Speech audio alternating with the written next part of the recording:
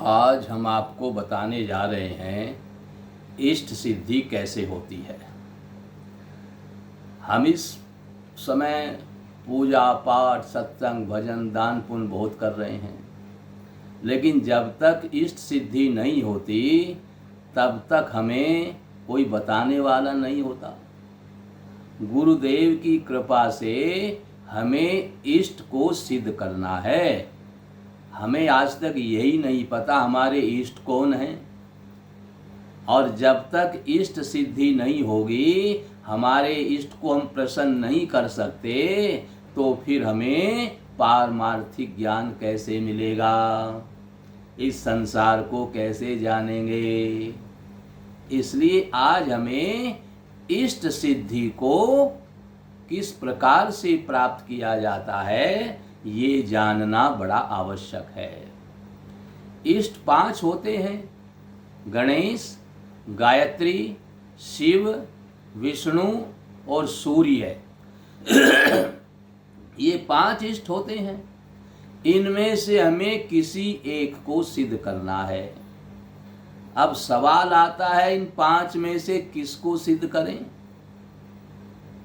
तो इसका उत्तर है, गुरुदेव की कृपा से जिसके प्रति हमारी अटूट श्रद्धा है, जिसका नाम लेते ही हमारे हृदय में उत्साह आ जाता है, संसार में कोई विपत्ति हमारे ऊपर आती है, हम जिसका तुरंत नाम लेते हैं, हे हमारे इष्ट देव, हे भगवान सूर्य, हे भगवान विष्णु, हे माँ भगवती, या हे गणेश जी महाराज, मेरी विपत्ति को दूर करिए।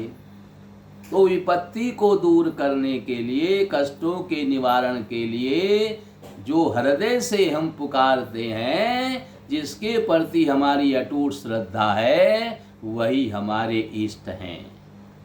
लेकिन गुरुदेव की कृपा से हमें इष्ट साधन करना है। गुरुदेव जब बताएंगे ये इष्ट हैं आपके, इनको आपको सिद्ध करना है, तभी आपको इष्ट सिद्धि प्राप्त होगी। इष्ट साधन करने के लिए हमें बहुत ही जरूरी है, क्योंकि जब तक इष्ट सिद्धि नहीं होगी, हम अपने आप अपने इष्ट को नहीं जानेंगे, तो फिर किसको पुकारें? और पुकारने पर भी कोई ऐसे वैसे नहीं आएगा। जब तक हमने उसको सिद्ध नहीं किया है, हमने इष्ट साधना नहीं की है, क्योंकि देवी देवताओं से मनुष्य विवेक के द्वारा सब कुछ प्राप्त कर सकता है। मनुष्य के पास विवेक है, देवताओं के पास विवेक नहीं है, लेकिन उनके पास सब कुछ है, बाकी सब कुछ है। तो मनुष्य अपने विवेक के द्वारा अपने इष्ट को साधन करके संसार की समस्त वस्तुएं प्राप्त कर सकता है, और भगवत प्राप्ति भी कर सकता है। संसार की कामना करेंगे तो परमात्मा नहीं मिलेंगे, और परमात्मा की इच्छा रखेंगे तो फिर संसार को छोड़ना होगा। संसार के सुख साधनों में आसक्त नहीं होना है। इसलिए हमें इस संसार में इष्ट साधन करना है।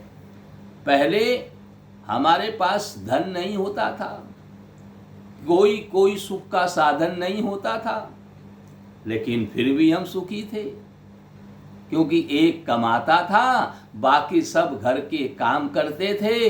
कमाने वाले को घर की चिंता नहीं थी, और घर का काम करने वाले को धन की चिंता नहीं थी।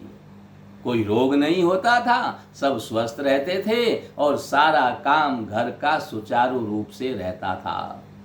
सभी बड़े प्रेम से रहते थे, एक दूसरे का सहायता करते थे। आज सब अलग थलग पड़े हैं। पत्नी कहती है मैं भी कमाती हूँ, तो मैं क्यों सुनूं? पति कहता है मैं भी कमाता हूँ, मैं तेरी क्यों सुनूं? इस प्रकार से कलह बंधा हुआ है। आज हमारे पास अन्न की कमी नहीं है, पर्याप्त अन्न है, वस्त्रों की कमी नहीं है, पहले एक एक जोड़ी वस्त्र में वर्षों निकल जाता था, आज रोजाना कई कई जोड़ी वस्त्र बदल लेते हैं। रहने को घर होते हुए भी घर की कमी नहीं है। पहले एक ही कमरे में पूरा परिवार जो कि 20-25 लोगों का होता था, एक ही कमरे में सब निर्वाह कर लेते थे। आज घर की भी कमी नहीं है, लेकिन फिर भी हम दुखी हैं। क्यों दुखी हैं? दीन क्यों हैं हम? क्योंकि हम अशांत इसलिए हैं, दीन हैं, अशांत हैं, हम दुखी इसलिए हैं क्योंकि हम लोग अपने भीतर की जो चेतना है उसको जगाने की तरकीब भूल गए हैं। अपने अंदर जो विवेक है, अपने अंदर जो ज्ञान है, अपने अंदर जो विवेक जागृत करने की तरकीब है, जो इष्ट को साधन करने की तरकीब है, हम उसको भूल गए हैं। क्योंकि संसार के प्रलोभनों में लगे हुए हैं, संसार के प्रलोभनों में आसक्त होने के कारण सारी तरकीब भूल गए हैं और अनंतर अंत में निहित आनंद सागर से संपर्क खो बैठे हैं। परमात्मा से अनुसंधान करने के संपर्क सूत्र को छोड़ बैठे हैं। मंत्र जप एवं उसके विधि विधान को त्याग चुके हैं। मंत्र जपते हैं ना तो ध्यान तो कहीं और है, फटाफट जल्द बस सोचते हैं कि मंत्र जपने से ही हमारा काम हो जाएगा। अरे जब तक विधि विधान से नहीं करोगे, ध्यानावस्था में होकर के नहीं करोगे, अपना ध्यान केंद्रित करके जप नहीं करोगे, तब तक उसका फल कैसे मिलेगा? तो दिनों दिन पाश्चात्य जगत के बाह्य दिखावे से हम प्रभावित होते जा रहे हैं। फलतः जैसे वे लोग भौतिक साधनों से संपन्न होते हुए भी अशांत हैं, वैसे हमारा जीवन भी अशांति की ओर जा रहा है। हम बस दूसरों को देखते हैं, पाश्चात्य लोगों को देखते हैं जिनके पास धन है, घोड़ा है, गाड़ी है, बड़े बड़े भवन बने हुए हैं, बस उनको देख करके मोहित हो जाते हैं कि हमारे पास भी ऐसे ही साधन हो। लेकिन उनको जब देखोगे अंदर से वो शांत हैं, दुखी हैं, सुखी नहीं हैं। धन में सुख होता तो सभी धनवान सुखी हो जाते। धन में सुख नहीं है, सुख तो अपने अंदर है, अंतरात्मा में है। उस तरकीब को हम भूल गए हैं। वो तरकीब जब तक नहीं अपनाएंगे तब तक अशांति नहीं जाएगी। शांत रहना है, सुखी रहना है, प्रसन्न रहना है तो हमें उस तरकीब को अपनाना होगा। जो तरकीब इष्ट साधन के लिए है, जिसको हम पहले करते थे, आज उसको भूल गए हैं। वह भी जमाना था कि घर गृहस्थी में एक आदमी कमाता था और सब उसका सबका पालन पोषण, पूरे परिवार का पालन पोषण होता था। आज अगर किसी को बाजार से फल भी ला करके आपने दे दिया तो कहेंगे मैं फल ला करके देता हूँ। पर पहले जो लोग अकेला व्यक्ति कमा करके घर में लाता था, वह ऐसा कभी नहीं सोचता था। वो कहता था कि परिवार में कुछ कमी न रह जाए, सब कुछ मेरी ही जिम्मेदारी है, ये मेरा कर्तव्य है, मुझे अपना कर्तव्य पालन करना है। पहले विचार था कि मैं कमाऊं और सब खावें। आज विचार है मैं खाऊं और कमाना ना पड़े, बाकी सब लोग कमाएं, कमाया हुआ मिल जाए, ऐसा हमारा विचार हो गया। पहले ऐसा विचार नहीं था। पहले विचार था मैं परिश्रम करूं, मैं मेहनत करूं, सबको सुख मेरे द्वारा मिल जाए और ये मेरा कर्तव्य है, ये कोई एहसान मैं नहीं कर रहा हूं। आज एक चाय बना करके दे दें तो एहसान करते हैं कि मैंने तुम्हें चाय पिलाई है। ऐसा विचार हो गया, इस कारण हम दुखी हैं। आनंद से सब लोग पहले रहते थे, केवल कौपीन पहनकर भी त्यागी लोग मस्ती से झूमते रहते थे। आज बड़े बड़े सुंदर वस्त्र धारण करके भी दुखी हैं।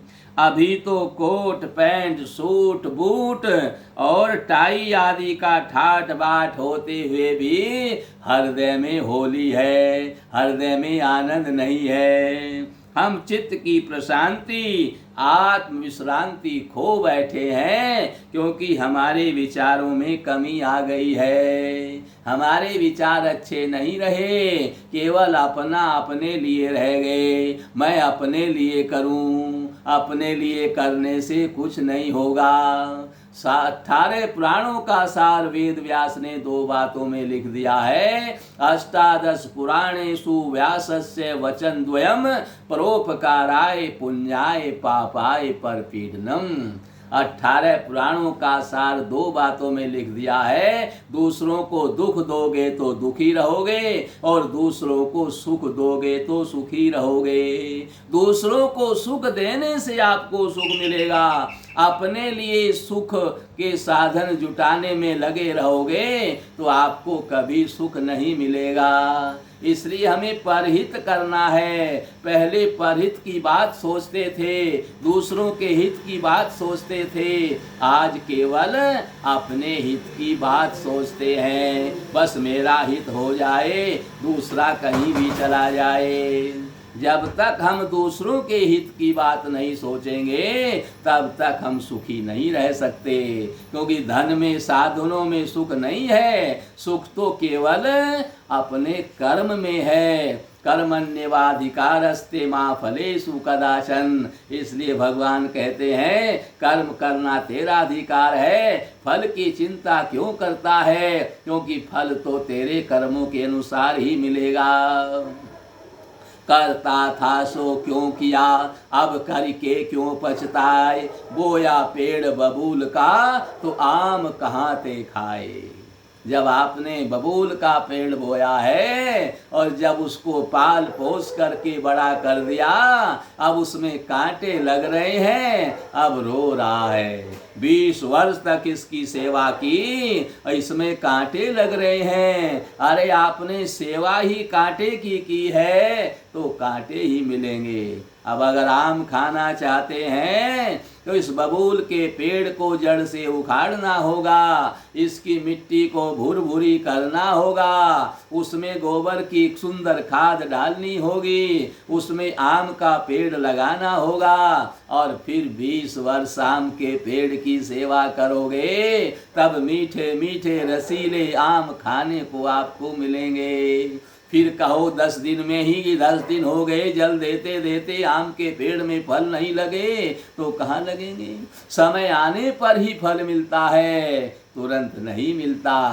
इसलिए हमें कर्म करना है, अच्छा कर्म करना है, अपने विवेक को जागृत करना है। हमने अपने विवेक को, जो हमें परमात्मा ने दिया है, जो विवेक उन्होंने किसी को नहीं दिया, देवी देवताओं तक को नहीं दिया, केवल मनुष्य को दिया है, उस विवेक को जागृत करना है। जब तक वो विवेक जागृत नहीं होगा, तब तक कितने भी सुख के साधन जुटा लें, सब दुख देने वाले ही होंगे। उनसे हमें दुख ही दुख मिलेगा, क्योंकि हमारे पास में विवेक को जागृत करने की तरकीब नहीं है। जब तक वो तरकीब आप नहीं समझेंगे, तब तक आपको सुख कैसे मिलेगा। तो सौभाग्यवश जब हम किसी सच्चे संत महापुरुष के सानिध्य में पहुंच जाते हैं, सत्संग में उनकी ब्रह्मानंद छलकने वाली अमृतवाणी सुनते हैं, ध्यानामृत से सराबोर करने वाली निगाहों में अपने जीवन की गहराइयों को छूने लगते हैं, तब ऐसा लगता है कि भगवान हमारे करीब हैं। और तत्ववेत्ता सद्गुरु के कृपा प्रसाद को पाकर ऐसा महसूस होता है कि जीवन को महान बनाना कठिन नहीं है। हमारा खोया हुआ खजाना फिर से पा लेना दुष्कर नहीं है। लेकिन यह अवस्था कायम टिकती नहीं है, हमेशा नहीं रहती है। जब तक सत्संग में बैठे हुए हैं, सदगुरु के सानिध्य में बैठे हुए हैं, जब तक हमारी निगाह सदगुरु के ऊपर है, जब तक सदगुरु की कृपा हमारे ऊपर है, तब तक ही ऐसा महसूस होता है जैसे ही वहां से लौट करके आए, इस संसार को देखा जिसमें हमारी कामना, आसक्ति और ममता लगी हुई है, तो फिर वो सब कठिन हो जाता है। लेकिन चित्त पुराने संस्कारों में फिर बहने लगता है, क्योंकि हमारी कामना, आसक्ति, ममता है तो हमारा चित्त फिर उसी में बहने लगता है। कई विघ्न और बाधाएं हमको सताने लगती हैं। मनुष्य की दुविधा क्या है?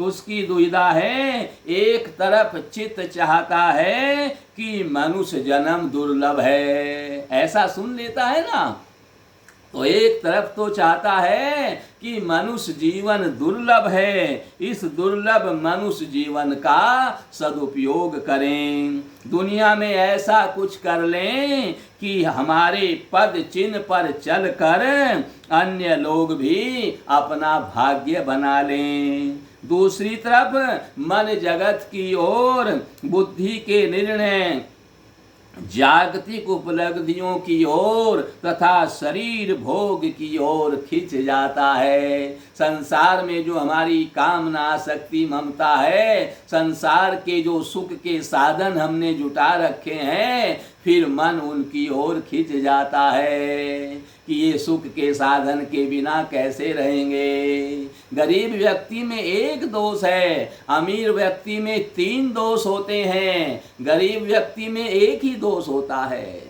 अमीर में 3 कौन से हैं? एक तो धन का अभिमान, उसके पास धन है तो धन का अभिमान रहता है, मेरे बराबर कौन है, ये कीड़े मकोड़े हैं, गरीबों को कुछ समझते ही नहीं है, धन का अभिमान करते हैं। दूसरा दोष, धन से जो सुख के साधन जुटा रखे हैं उनके बिना रह नहीं सकते हैं, पैदल चल नहीं सकते, जमीन पर सो नहीं सकते, बिना चाय के रह नहीं सकते। तो ये जो सुख के साधन घोड़ा गाड़ी जुटा रखे हैं, इनके बिना रह नहीं सकते। जरा सी गर्मी हो गई, पंखा तक नहीं चला तो प्राण निपखेरु होने को हो जाते हैं, बड़े दुखी हो जाते हैं, परेशान हो जाते हैं, क्योंकि रात दिन एयर कंडीशन में रहने का अभ्यास हो गया है।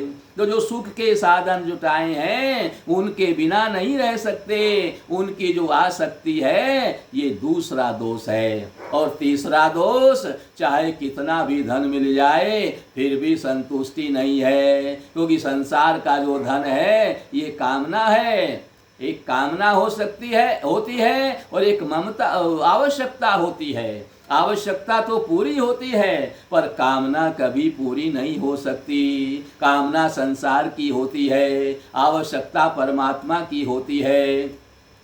संसार के हमें सुख कितने भी मिल जाएं, संसार में जितनी भी सुंदर से सुंदर स्त्रियां हैं और जितना धन है, अगर सारा का सारा एक ही व्यक्ति को दे दिया जाए तो भी कहेगा और हो तो और मिल जाए, क्योंकि हमें उस धन की आवश्यकता नहीं है, केवल कामना है। और आवश्यकता है, गर्मी में चल करके आए हैं, बड़े जोर से प्यास लगी हुई है, एक गिलास पानी की आवश्यकता है, अगर एक गिलास पानी मिल जाए तो आनंद आ जाए। पर आप पानी न दे करके देसी घी का गर्मा गर्म बेसन का हलवा हमारे लिए ले आए, आहा कितना प्रेम हमसे करते हैं, देसी घी का गर्मा गर्म बेसन का हलवा लेकर के आए हैं, हम हलवा खाए जा रहे हैं, पर वो हलवा हमारी प्यास को नहीं बुझाएगा, प्यास को और ज्यादा बढ़ाएगा, क्योंकि हमें हलवे की आवश्यकता नहीं है। केवल सुख के वशीभूत होकर उसमें हलवे देसी घी में आसक्त होकर के हलवा खा रहे हैं। आवश्यकता तो एक गिलास पानी की है, अगर एक गिलास पानी मिल जाए तो आनंद हो जाए। ऐसे इस जीव को आवश्यकता तो है केवल चिन्मय परमात्मा की, लेकिन उस आवश्यकता को पूरा करना चाहता है संसार के सुख भोगों से। संसार के सुख भोग आवश्यकता को पूरा नहीं कर सकते, इसलिए दुखी रहना पड़ता है। इसलिए संसार को दुखालय कहा गया है। ये संसार दुखों का घर है। तो हमारा मन इन संसार के सुखों की ओर खिंच जाता है। गरीब व्यक्ति में एक दोष है, वो धन मिल जाए। धन बेचारे के पास है नहीं तो अभिमान किस बात का करे। जब धन नहीं है तो सुख के साधन भी नहीं जुटा पाया, उसकी में भी आसक्ति नहीं है। चाहे जमीन में सो जाए, चाहे गर्मी में रहे, चाहे ठंडी में रहे, चाहे भूखा रहे, चाहे प्यासा रहे, उसको सब अभ्यास है, उसने सब कुछ किया हुआ है, लेकिन वो धन मिल जाए ये कामना है। अगर कोई अच्छा सद्गुरु मिल जाए, उसको शिक्षा दे दे, ज्ञान दे दे, एक ही बात छोड़नी है, जल्दी कल्याण हो जाएगा। पर अमीर को तो 3 बात छोड़नी है, बहुत समय लगेगा, बहुत देर लगेगी, हृदय से चाह करके भी समय लगेगा। इस प्रकार से हमें उसमें खिंच जाना पड़ता है। एक चित उधर रहता है कि इनके बिना कैसे रहूँगा, एक चित उधर रहता है कि मनुष्य का शरीर मिला है, बड़ा दुर्लभ है, इसमें कल्याण हो जाए, अच्छे साधन कर लें जिससे हमारे जो अनुयायी हैं उनका भी कल्याण हो जाए। उधर भी मन रहता है और उधर भी मन रहता है। ऐसे दुविधापूर्ण जीवन में क्या किया जाए, क्या करना चाहिए? ऐसे दुविधापूर्ण जीवन में एक तरफ शेष की ओर खिंचता है और दूसरी तरफ प्रेस की ओर खिंचा हो जाता है। हमने पूरे श्रेष्ठ पर चल सकते हैं, यानी भगवत प्राप्ति भी नहीं कर सकते हैं, और सुख के साधनों में भी दुख है, उधर भी हमें सुख नहीं मिल सकता है। हमने पूरे सज्जन बने हैं और न प्रेयस के उपभोक्ता ही बने हैं। ईश्वरीय शांति, चित्त की प्रशांति, आत्म विश्रांति ले पाते हैं, न हमें संसार में शैतान होने की तृप्ति मिली है। साधक और भक्त का यह अनुभव होता है, इसमें क्या कारण है? हम अच्छाई चाहते हैं लेकिन अच्छाई से पूरे चल नहीं सकते, बुराई से बचना चाहते हैं लेकिन बुराई से पूरे बच नहीं सकते। हमारा हाल ऐसा है कि जानामि धर्म नैचे में प्रवृत्ति, जानाम्य धर्म नैचे में निवृत्ति। हम धर्म जानते हैं लेकिन उस धर्म में हमारी प्रवृत्ति नहीं है। हम अधर्म को जानते हैं लेकिन उस अधर्म में हमारी निवृत्ति नहीं है। हम धर्म को जानते हैं लेकिन निभा नहीं पा रहे हैं, अधर्म को जानते हैं लेकिन छोड़ नहीं पा रहे हैं। हम जानते हैं कि ये अच्छा नहीं है, फिर भी हम उसमें फंसे रहते हैं। हम जानते हैं कि ये अच्छा है, फिर भी हम उसमें लीन नहीं होते हैं। मानव मात्र का यह सवाल है, जो अपने को मानव माने उन सभी का यह सवाल है। मनुष्य चाहता है कि मैं श्रेष्ठ बन जाऊं और ईश्वर के साथ खेलूं। वह चाहता है कि मैं ईश्वर के साथ एक हो जाऊं और साथ ही साथ उसको अपनी कमियां भी खटकती रहती हैं। भागवत में कथा आती है, कंस ने श्री कृष्ण को बुलाने के लिए षड्यंत्र रचा, यज्ञ का आयोजन किया और श्री कृष्ण को लेने के लिए अक्रूर जी को भेजा।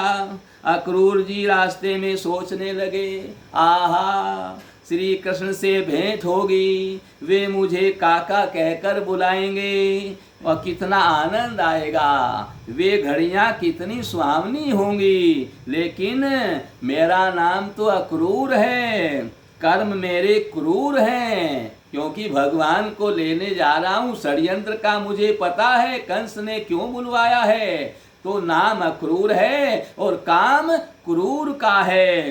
कंस का अन्न खाता हूँ, उस पापी की गुलामी करता हूँ, मेरे जैसे को भला श्री कृष्ण जी मिलेंगे? मुझे देखकर अंतर ध्यान तो नहीं हो जाएंगे? अक्रूर जी जब अपने कर्मों की ओर देखते हैं तो उनकी हिम्मत टूट जाती है और पैर थरथराते हैं। और जब भगवान श्री कृष्ण का सहज स्वभाव और उनकी दयालुता की ओर स्मरण होता है, परमात्मा की उदारता की ओर जाते हैं, परमात्मा की दयालुता की ओर जाते हैं, परमात्मा की स्वाभाविकता उनका स्वभाव की ओर जाते हैं, सहजता, गरिमा एवं आत्मदृष्टि का विचार आता है, तो हिम्मत आ जाती है। भगवान मेरे जैसे थोड़े ही हैं, वो मेरे जैसे को भी मेरा भी कल्याण कर देंगे, उनके दर्शन से मेरे सारे अंधकार मिट जाएंगे, मेरे सारे दोष दूर हो जाएंगे। ऐसा जब सोचता है तो हिम्मत आ जाती है। ऐसा ही हम लोगों का भी हाल है। भगवान की ऊंचाई को देखते हैं, उनकी कृपा और करुणा को देखते हैं तो हिम्मत आ जाती है कि अरे क्यों नहीं होगा ब्रह्म ज्ञान, साक्षात्कार होना कोई कठिन थोड़ा ही है। परीक्षित को 7 दिन में हो सकता है, राजा जनक को हो सकता है, अष्टावक्र को हो सकता है, तो हमें क्यों नहीं हो सकता? हम भी तो ऐसे ही हैं, हमें भी हो सकता है। बड़ी हिम्मत आती है। ईश्वर की गरिमा और महापुरुषों के जीवन को देखते हैं तो हिम्मत आ जाती है, लेकिन जब अपनी ओर देखते हैं तो हमारे पैर ढीले हो जाते हैं। इसका कारण क्या है? हमारी जो संभावनाएं हैं, हमारी जो सुसुप्त चेतना है, हम में जो सुसुप्त सत्तत्व है, जो सुसुप्त तत्व हमारे अंदर है, उस तत्व को, उस सत्व तत्व को हमने विकसित नहीं किया है।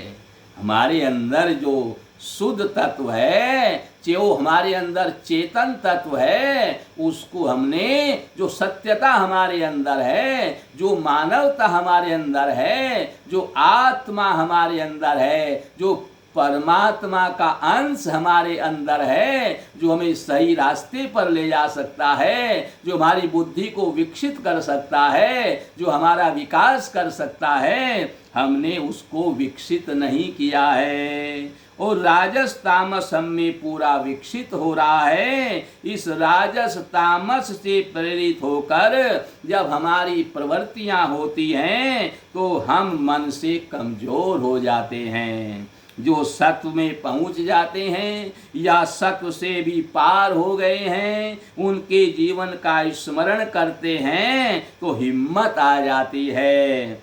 हम जप, उपासना, अनुष्ठान, ध्यान, भजन करने में तत्पर हो जाते हैं, लेकिन जब भजन उपासना में बैठते हैं तो फिर उधर ध्यान चला जाता है, फिर छूट जाता है, क्योंकि हम 2 नाव पर बैठे हैं। संसार को भी पाना चाहते हैं, परमात्मा को भी पाना चाहते हैं। जब हम परमात्मा की विशेष महापुरुषों को, संतों को, जो पहुँचे हुए, जो पार हो गए हैं भवसागर से, उनको देखते हैं तो हिम्मत आ जाती है और हम भजन करने के लिए तत्पर हो जाते हैं।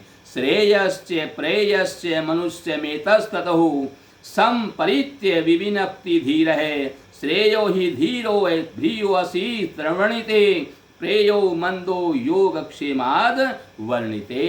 कठोपनिषद में दिया हुआ है, श्रेय और प्रेय यानी परस्पर मिश्रित होकर मनुष्य के पास आ जाते हैं।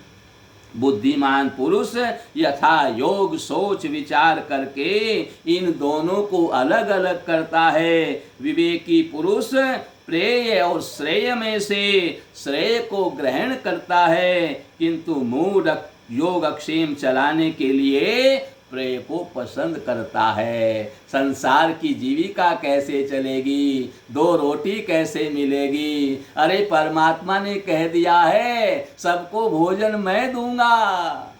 अरे कंपनी में काम करने के लिए गए और कंपनी मालिक ने कहा कि सबको भोजन मैं दूंगा।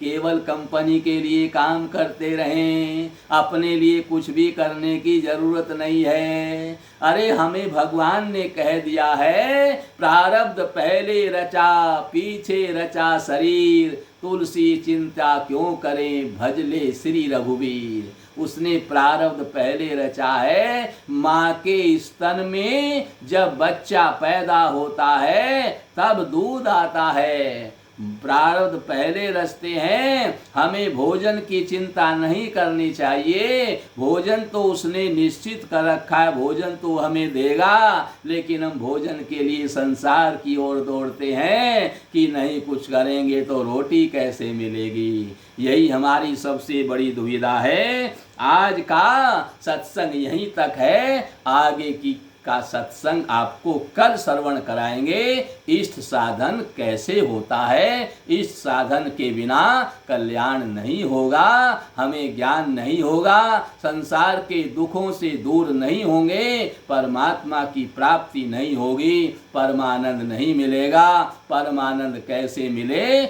आगे कल के सत्संग में आप श्रवण करेंगे। नारायण।